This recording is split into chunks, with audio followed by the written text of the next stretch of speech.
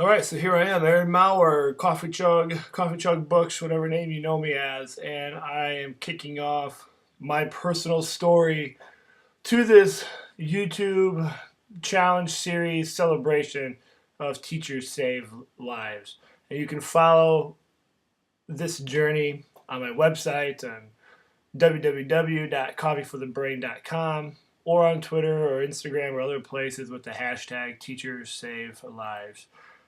I want to kick off and lead by example because I think it's very, very important that we do take time. Yes, I am going to have a sip of my coffee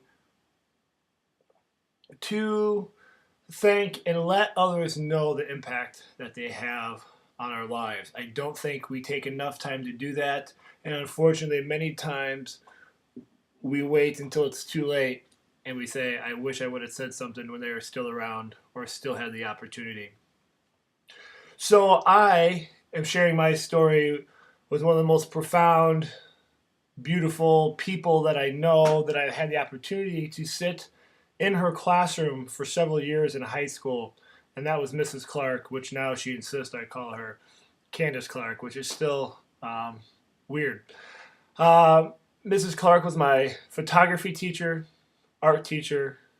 I would say my mother at my school when I wasn't home, and really, really has an ability, a gift to help people feel loved, make their work feel appreciated, and in a very amazing way helps you to realize how amazing you are as a person. To be honest, I am not a very good artist. I wasn't the best in photography. It's actually kind of funny because I used my dad's old camera that he had when he was young, and this was back when we were creating our own film, producing it, all that good stuff. And as I weaved through this class and actually be able to be a class helper my senior year, I think what I loved about the class was not so much the piece of photography, even though I really enjoyed that. It was being in a room where you felt special, you felt like you belonged. And that goes to the power of Mrs. Clarke. And so I'm here to let her know, as well as everyone else, how amazing she was for me. I think, like many kids in their teenage years, you're trying to find yourself, you're trying to figure out what in the world does this thing called life mean, exist, and what does it all entail. And I went through a couple dark patches in high school. Nothing that I don't think I ever really showed outwardly in the day-to-day operations, but looking back in some of my writings and things that I've done, I was really, really in a dark place and in a funk for a couple of years. Probably with a lot of the pressure that I put on myself. But Mrs. Clarke helped me, and I can honestly think I could go so far as to say I think she saved me because I think it was the one safe haven that kept me going many, many days. And I had the opportunity to go back and visit her classroom 15 years after graduating high school, just a few weeks back when I was back in town attending for a funeral.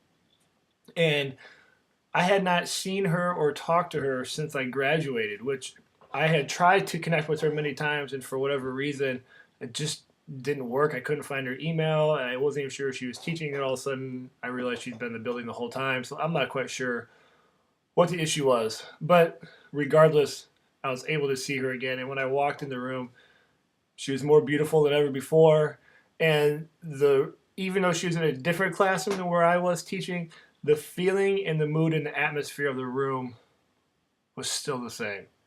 These kids came in, and I think they knew that they belonged. They knew that they could create their own journey, create their own art.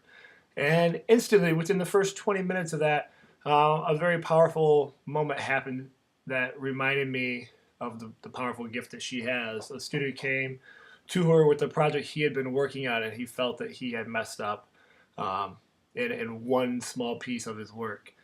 And as opposed to telling him how to fix it, as opposed to letting him know that it wasn't a mistake, she crafted a conversation in which she was able to give the advice that he needed, but he was able to discover it on his own.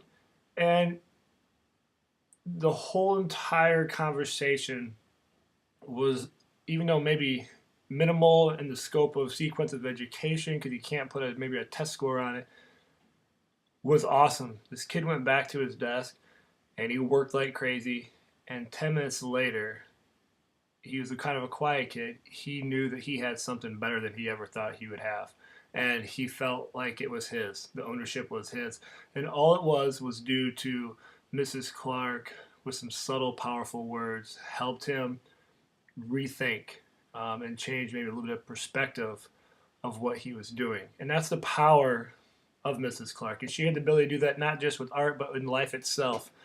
A little bit later, as we were talking, and I almost speechless just being in the room because it felt so good to be back. And these girls were working on this piece, and it was two amazing pieces of art. And she just had them rotate it, looking at different perspectives. And I think that's the key, is that she helped us look at perspectives in a different way, kind of take a step back from the micro world. You know, when we get caught in high school and all we can think about is sports or who we like or whatever it might be, to help take a step back, turn things around, and gain a new perspective. And that's what was so amazing. You know, and this all stemmed as I'm preparing for a keynote, and I came across this book that she gave me when I graduated. It's still like in pristine condition.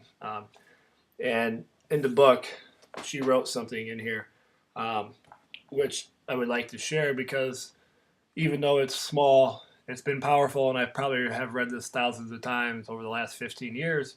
And it just said, "Dear Aaron, my son going away to college and so far away. I'll miss seeing you every day. Your personality and the quote way you greet your days will propel you through life. You are a young man full of potential. Please stay in touch, make every day count, and seize the day." And seize the day is Carpe Diem from the great movie Dead Poets Society, which we were able to watch in class. You know, it's things go full circle, and it's funny because as I was preparing this and trying to figure out what to say and how to say it, and I don't feel I can do just enough to let her know how much she's saved me and helped me get to where I am today. Um, Things go full circle, and I received recently a letter from a student, and it's amazing, and I feel like all this started with her because the way she treated kids and her investment with the school and the learning and the students. I hope that I'm able to do some of that as an educator myself. And I received a letter from a student, and it kind of made me realize, you know, maybe I do have that. And it's the power of educators. It's beyond just getting kids to read and write. There's a relationship aspect that has to happen in order for education to be powerful. And she had that.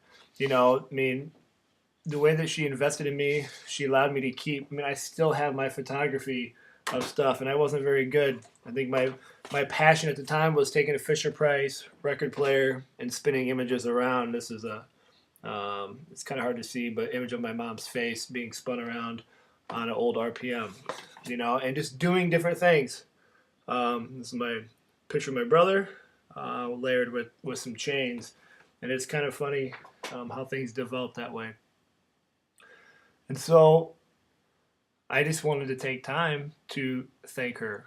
Um, she kept me from going any deeper into the dark world of thoughts that I had. And I really think that without some of her guidance, which was done so subtle, um, has paid off. And I hope that I can continue to do the same. And I just want her to know how much I love her, appreciate her. I just think she's one of the most amazing people. And to see her again 15 years later, I felt like here we are, like we haven't left off after 15 years. I think on the flip side, you know, even though this series is about teachers saving lives, I think we also have to look at it on the flip way that students can save teachers' lives. And it doesn't really flow as well. But, you know, I went back, I had an in service, and this is maybe kind of what prompted stuff too. There was a student in one of our early release day meetings who was getting a feel for education and so forth. It was so cool to see her. I haven't seen her in years. I haven't talked to her since she was in my sixth grade class. And, you know, I still have the book that she gave me that she had the class sign. But and I would like to leave this video with these thoughts. But in the first paragraph, it's all just different ideas and quotes about great teachers. And it says, all children will tell you the best teachers are two things, funny and fair. And these qualities are also embodied in the best people, I suppose. But if a teacher has these two ingredients properly mixed together, he or she can easily keep the unruliest class firmly in the palm of his or her hand. And I know it's hard to read, but there she put an asterisk there, and she told me that you're the best qualified for this one. And it's those little things that keep me going as an educator. And even though maybe as a student in a sixth grade classroom, it was an awesome gesture. She probably forgot about it. Actually, I asked her if she remembered the book, and she didn't, which was okay. But I still have it, and I still reference it, just like I reference stuff from Mrs. Clarke. And so, Mrs. Clarke, I thank you. I don't think my words do enough justice for how much I appreciate the years that I had in your class. I could probably go all day and still give a dissertation on my massive Richard Avedon photography collection after you showed a video in there. And I fell in love with his photography artwork, and I've got hundreds of dollars worth of books of his stuff. And you don't know where the future begins. You don't know where the future is going to lead. But what I do know is that if we don't take time to thank the people, you better do it now before it's too late. Thank you, Mrs. Clarke. Thank you to the students that continue to write and inspire me to keep doing what I do, because in the end, it's all about helping people. In our case, we get to help kids, and there's nothing better in the world than to do that. And I leave you with this. As I put in the intro, if you have a story about someone who has helped you and you want to say thank you, I would like to create this kind of chain response of videos. Leave a video response to this, or send me a video and I'll post it to you. I don't care how you want to get addressed. I don't care what you want to share, but I think the key is that we share. And this is my way. I'm starting the torch, and I like to pass it on to the next person. And I think we need to continue to spread these stories of goodness and greatness, because they're there and people need to hear them. The more inspiration we can have, especially when there's crazy things going on every day, there's true power in that. So I leave you with that thought. Carpe diem. Seize the day. Thank you, Mrs. Clarke.